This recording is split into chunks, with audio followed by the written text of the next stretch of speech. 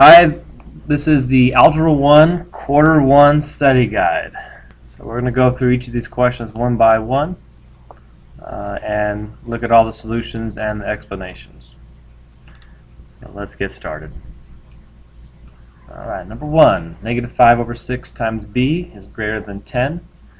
In order to solve this, we want to get b by itself. So we can do that by multiplying by the reciprocal. Reciprocal of negative 5 over 6 is 6 over negative 5. Do that on both sides. When you're doing the right hand side, make sure you place the 6 on the same level as the 10 and the negative 5 on the bottom. If you need to, you can write this as 10 over 1. So these two will cancel out and equal 1, so we get 1b, which we want. And then we can cancel here, or we can multiply across. Let's just do that. 10 times 6 is 60. And 1 times negative 5 is negative 5. Now you got to be careful because we just multiplied by a negative, right? So what we're going to have to do is switch the inequality sign when you multiply or divide by a negative. So we'll have b is less than 60 divided by negative 5 is negative 12. So we get an answer of A. Number 2, let's start by distributing. So we have 5 times 2g is 10g. Right, and 5 times negative 3 is negative 15. Let's bring down the negative 6g. And let's distribute on this side. So we get practice distributing a positive on the left and a negative on the right. So negative 2 times g is negative 2g. And negative 2 times negative 6 is positive 12. Bring down the positive 3 here. Alright, so we got to combine everything that's on the same side that can go together. So variables with variables. So we want 10g and negative 6g to combine those on the left. On the right hand side we have two numbers, so let's combine those together also. So 10g minus 6g is 4g minus 15 greater than negative 2g, 12 plus 3 is 15. Okay. Now we can go into the solving stage. Let's try to get the variables on the left. Negative 2g, we're going to add 2g to make that 0, additive inverse. Okay. And then we need to move these, get rid of numbers on the left, so we have a negative 15. Let's add 15, I'll make that 0. Again, additive inverse. Got to do the same thing to both sides. So we have negative 15, positive 15, that's 0. And negative 2g, positive 2g, that's 0. So we can see we have the variables on the left now, numbers on the right. So we have 4g plus 2g is 6g. And 15 plus 15 is 30. Let's go ahead and divide by positive 6. Since we're dividing by a positive, we're not going to switch the sign. We'll keep it the same. So we have g is greater than or equal to 5. Okay, number 3. Let's go ahead and solve this. Same idea. Variables to the left, numbers to the right. So let's make, we have a positive 15d. Let's subtract 15d, make that 0. Additive inverse, minus 15d. We need to get rid of some numbers on the left. We got a negative 9. Let's do positive 9. Alright. So 11d minus 15d. Negative 4d. Here we get 0. Bring down our inequality sign. 15d minus 15d, 0. 3 plus 9 is 12. Divide by negative. Divide by negative. So we'll be switching the sign here. Alright, so we get d is greater than or equal to negative 3. Moving on. Let's go ahead and rewrite this over here. Several ways of doing these problems. If you look in the book, they'll give you a couple ways. A shorter way is just to treat this like two inequalities at the same time. So we got three parts: left, middle, and the right-hand side. We're used to doing the same thing to both sides, but with three parts, what we're going to do is do the same thing to the left, middle, and the right side. The goal is still to get x by itself, just like our regular inequalities. So we're still going to try to get here the x by itself, like we always do. So we're going to go through the same steps. So we have a negative 10 and a 4 we have to get rid of. A negative 10 we'll get rid of by adding 10. And instead of just doing it to both sides, we're actually going to do it to all three parts: left, middle, and right. So negative 2 plus 10 is positive 8, less than. This now is 0, so we have just 4x left over. And 6 plus 10 is 16. So like before, if we had 4 times x, we want to solve for x, we divide both sides by 4. Now we're just going to do the same thing to all three parts. So 8 divided by 4 is 2. 16 divided by 4 is 4. So we have here our final answer since x is all by itself. This is called an in-between statement because x is in between two numbers. So all our answers, x, is between 2 and 4. All our answers are between 2 and 4, the numbers 2 and 4. And that will give us answer D. And make sure the graph is also correct. So yeah, all the numbers between 2 and 4, but not including 2 or 4, because these are not less than or equal to. So we get answer D. Let's try another. Similar steps. Negative 8 less than or equal to 2x minus 4, less than 4. So like before, we're trying to get x by itself, so let's start by doing the opposite here. Additive inverse, add 4 to all three parts. Negative 8 plus 4 is just negative 4. Our negative 4 and positive 4 gave us 0, so we're left with 2x and 8. Let's divide everything by 2. Negative 4 divided by 2 is negative 2. And 8 divided by 2 is 4. So we have all the answers are between negative 2 and 4, but not, let's see, oh, we forgot our equal to. So between negative 2 or 4, including negative 2, since we have the equal sign, less than or equal to. Alright, so we look at our answers, not going to be A. B, negative 2 is less than or equal to 4. Here we go. I'm going to have C. Double check the graph. So since it's less than or equal to, it is bubbled in, and this one's not. It's just strictly less than, so that's why it's open. It does not include 4 in the answers. Alright, here's another one. We have an OR statement. So we have g minus 6 is greater than negative 1, or g plus 2 is greater than 8. If we solve each one, we'll have g is greater than 5, or g is greater than 6. So this is saying we want all the numbers that are bigger than 5 or bigger than 6. So really we want the answer that will include the other one.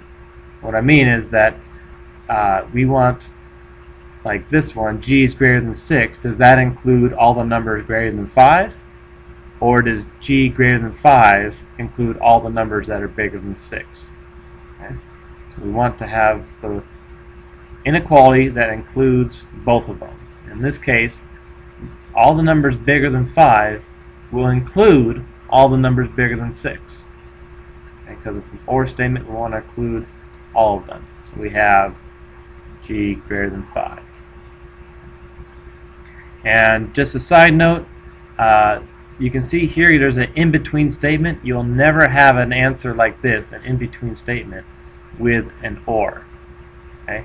This kind of answer is only associated with an AND statement. So that's an impossibility with an OR. Just helps you eliminate a possible wrong answer. Alright, number 7, we have u plus 5 greater than or equal to 1. We have u minus 3 less than 2. So we solve each one. Let's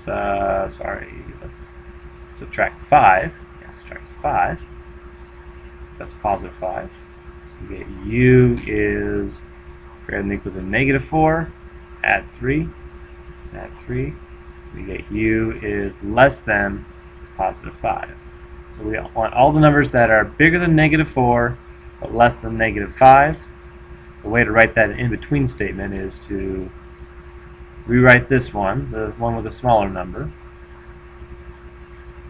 with the variable on the right-hand side, and we'll take this one, leave it alone, and we'll kind of squish these together. So just imagine this top inequality right here just moving down and overlapping, and these two u's just kind of land on top of each other. So we'll have negative 4 is less than u is less than 5. Just imagine this part just kind of sliding down and overlapping. So we have all the numbers between negative 4 and 5, including negative 4. So not here, not here. You know, you notice that B and D have the same inequality. So we go to the graph just to make sure we got the right one. And you can see here, this is less than or equal to, but on the graph, it's not circled in, which means it would be only less than. So we know that's not correct. Over here you can see the less than or equal to is circled in, and then the strictly less than is not. So we like D. So we can have two answers that have the same inequality here. So we want to be careful to check the graphs just to make sure. The quotient.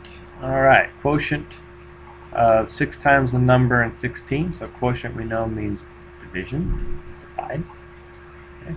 Chances are we want to use a division bar, not so much a division sign, although that is still technically correct. So we have two things we need in this division problem. We need something to go on the top and the bottom. They're usually separated by the word and, so we know that anything before and, like this, 6 times the number, will go on the top, or the numerator, and this will go on the bottom, or denominator. So 6 times a number, and number we can use any letter for a variable. We'll try n. 6 times n, or 6n, and, so that's the signal to go to the bottom now, 16 on the bottom. And the directions just say to write the statement, so we don't need to solve anything or reduce it. Number 9, 85 minus 5 times x is equal to, we have is equal to, we know that's going to be equal sign, 85 minus 5 times x is equal to equals 10. 10, let's do some order of operations. Let's first do parentheses. So I'm going to just do one step per line. 15 times 3 is 12. Divided by 4. Let's do the exponents next. 12 times 12 is 144. Careful not to do 12 times 2 and get 24. We want 12 times 12. Alright. Last step, 144 divided by 4. If you need to, we can go off to the side, do some division. 4 goes into 14 3 times evenly. So that's 12. 3 times 2 is 12. 14 minus 12 is 2. Bring down the 4. And 4 goes into 24 6 times. We'll have 36. Last step, 3 times 36. Let's multiply that out. 3 times 6 is 18. And 3 times 3 is 9. Carry the 1, it's 10. 108. Number 11, similar. Careful with this. 3. It's not 3 times 3, it's not 9. It's 3 times itself 3 times. So it's 3 times 3 times 3, which is 9 times 3, which is 27. Bring down everything else. I did those exponents first, there were no parentheses. Okay. Next, after exponents, we'll multiply, divide left to right. So we're going to go ahead and multiply these two together and divide these two together, and then lastly we'll add them. So 27 times 32. We got 2 times 7 is 14, carry the 1. 2 times 2 is 4, plus 1 is 5. 3 times 7 is 21, 1, carry the 2. And 3 times 2 is 6, carry the 2 is 8, so we'll get 864. 864 plus 12 divided by 4, which is 3, so we'll get an answer of 867.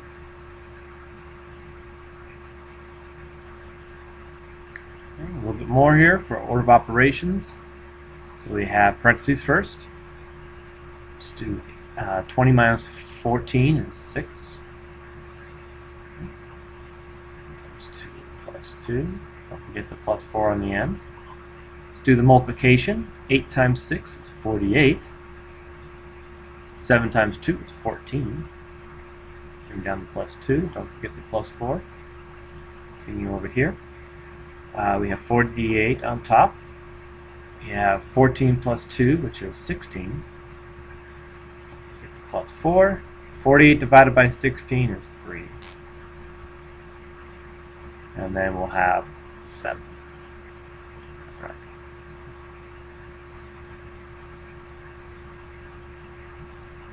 Let's evaluate, plug some things in. So we'll use parentheses. C is equal to 4. B is equal to 5. C again is equal to 4.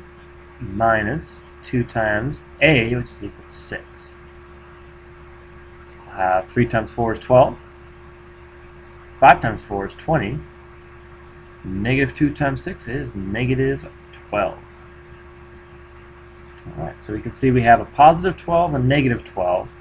So if you want, you can just cancel those out, or you could add 12 to 20, get 32, and subtract 12, and that'll bring you back to 20. Either way, we'll get an answer left of 20. Alright, here, we're going to go ahead and distribute with the parentheses. 5 times 3x is 15x. 5 times 2y is 10y. Positive. We got positive 2 times 8x, which is 4x, which is 8x. And we have 2 times negative 7, which is negative 14y. So we want to combine everything that has the same variable. 15 and 8x will make 23x. And then we have 10y and negative 14y, which is negative 4y. And you'll notice B is the answer, but that's also the answer with only x and y in this case. There's little typos here. So that kind of helped you out a little bit if you needed it. Number 15. Okay, let's get the variables to the left. Positive 5y, we'll do additive inverse. Negative 5y.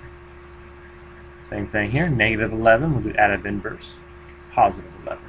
So we always want to cancel out the variable on the right and the number on the left. So we have 0 and 0. Variables on the left, numbers on the right. 3m minus 5m is negative 2m. 19 plus 11 is 30. Let's divide both sides by negative 2. We get m equals negative 15. Alright, a divided by negative 3 plus 1 equals 8. For some of us it might be a little easier if we consider this as a 1a. So this is similar to negative 1/3 a plus 1 equals 8. And now we can go ahead and solve. Let's subtract 1 on both sides. Negative 1/3 a equals 8 minus 1 is 7. Let's do the reciprocal on both sides. Reciprocal of 1 over negative 3. Let's just flip it. So we have negative 3 over 1. careful to make sure that negative 3 is on the top here, 1 is on the bottom. If you need to, you can make this 7 over 1. So negative 3 over 1 times 1 over negative 3. This will cancel, give us positive 1.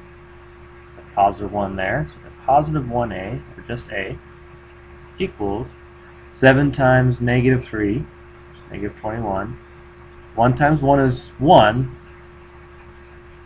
positive 1. And negative 21 over 1 is just negative 21. Okay, let's solve this equation. It has some fractions, but we're not going to treat those any different.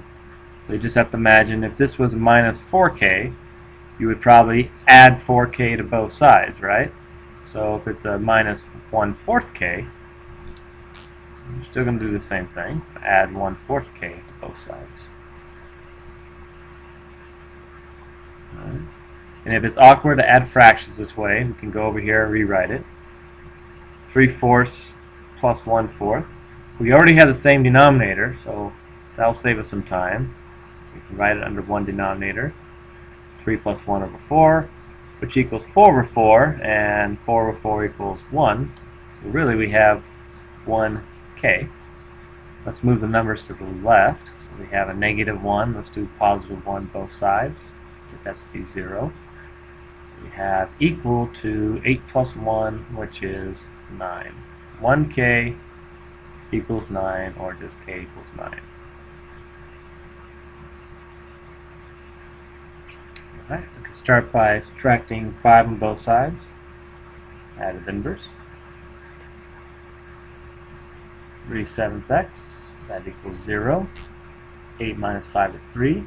Let's do the reciprocal, or the also called the multiplicative inverse. Reciprocal of 3 over 7 is 7 over 3. Make sure the 7's on top, the 3 is on the bottom. This will equal 1, this will equal 1, we have 1x. We can cross cancel here, or we can do 3 times 7 is 21, divided by 3 is just 7. Solve the proportion. You can cross multiply. 4 times 54 should equal n times 9, or 9n. Be careful not to cross cancel, because you can't, because this is an equal sign. If it was multiplication, we could.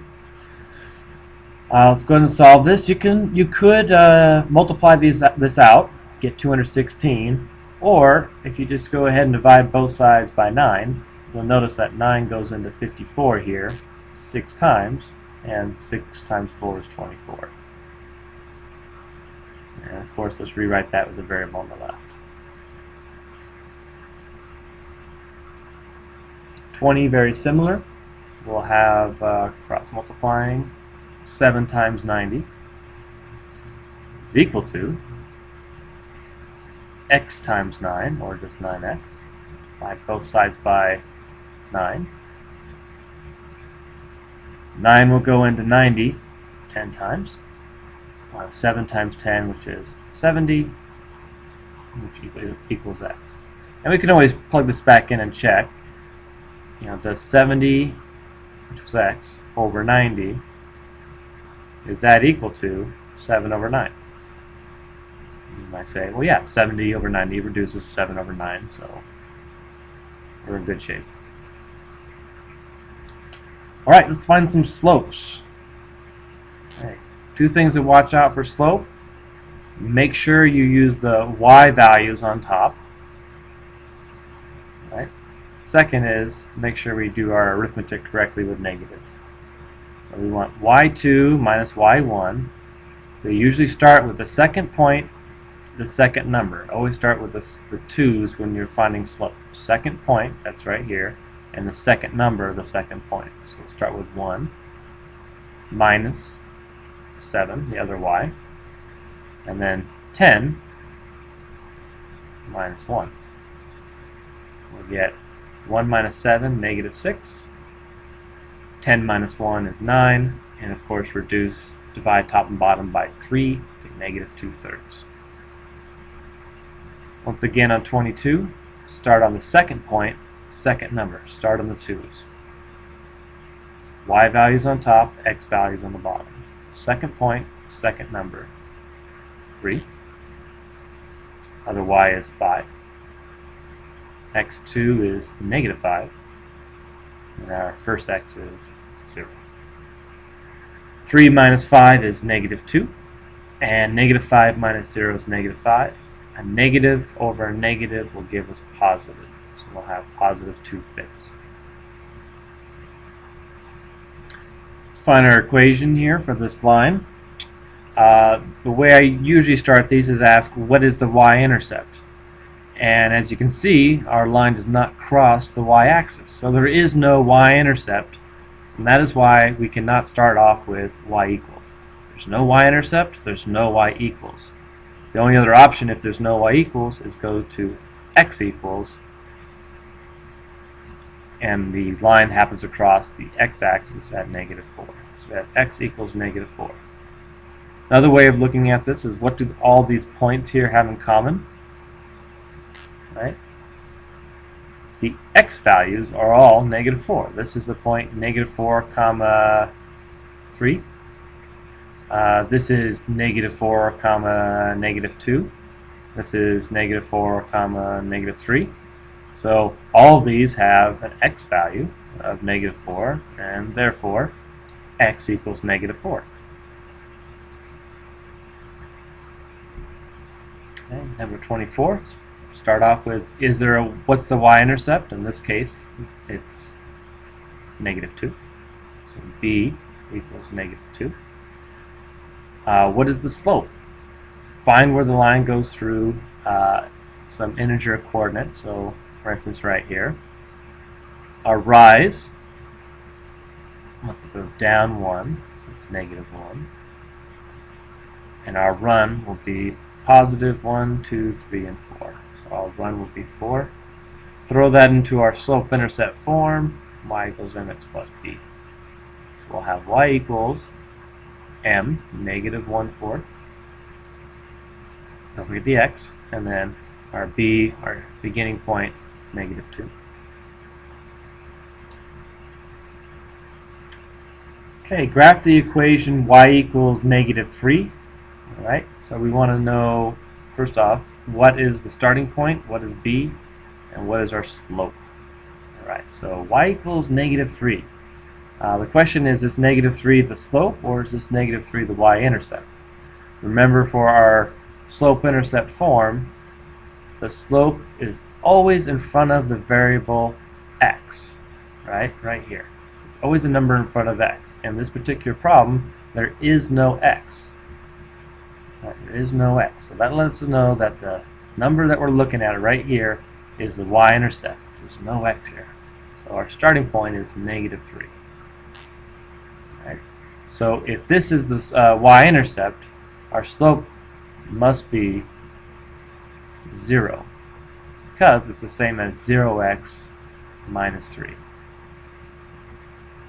Another way of looking at it is, what line has all the coordinates with a y of negative 3?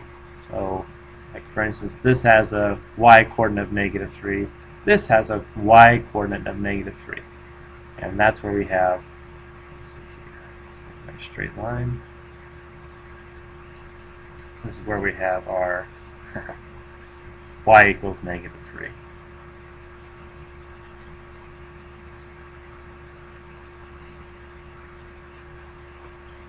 Alright, what is the slope, rise over run, and what is the starting point, the y-intercept? On this one we have a b equal to positive 3. Start at positive 3, begin at 3.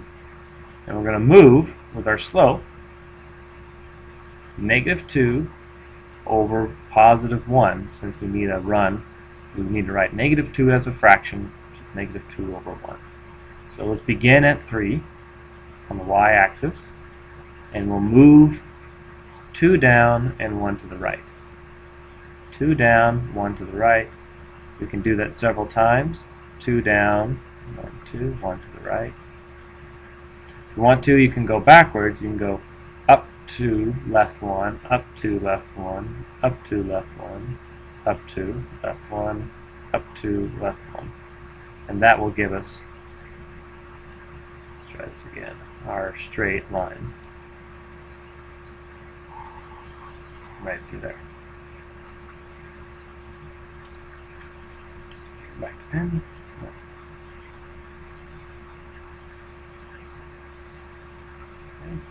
What is the equation of this line?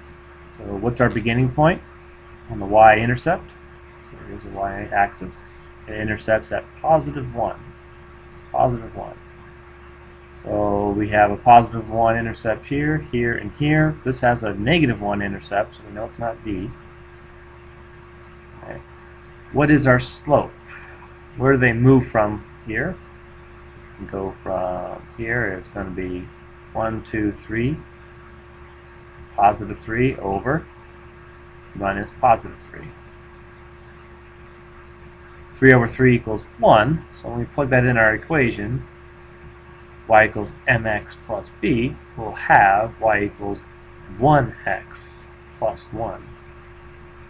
So we have the slope of 1 and a y-intercept of 1. We normally don't write y equals 1x. We'll just write y equals x plus 1. So that'll leave us with answer C.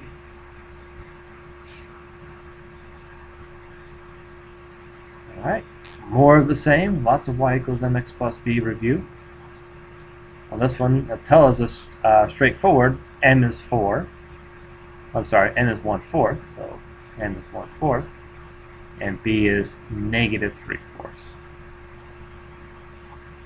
It's okay that b is a fraction. We're not going to graph it, so we don't have to worry about that. So we have answer B.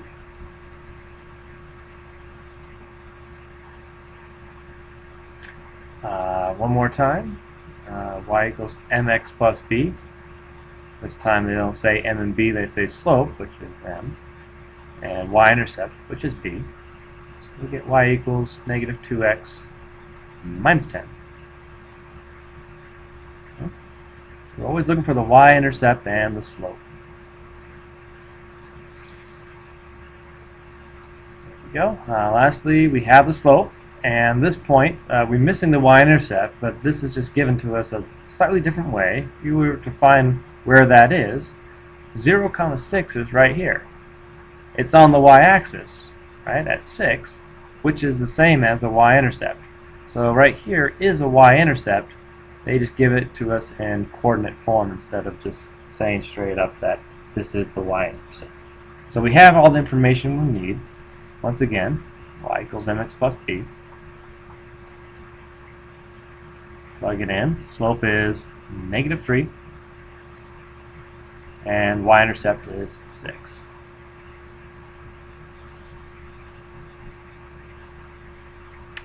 Let's go ahead and graph the following equation. You can do this one of two ways. You can graph using some intercepts, or we can graph by finding this in slope-intercept form.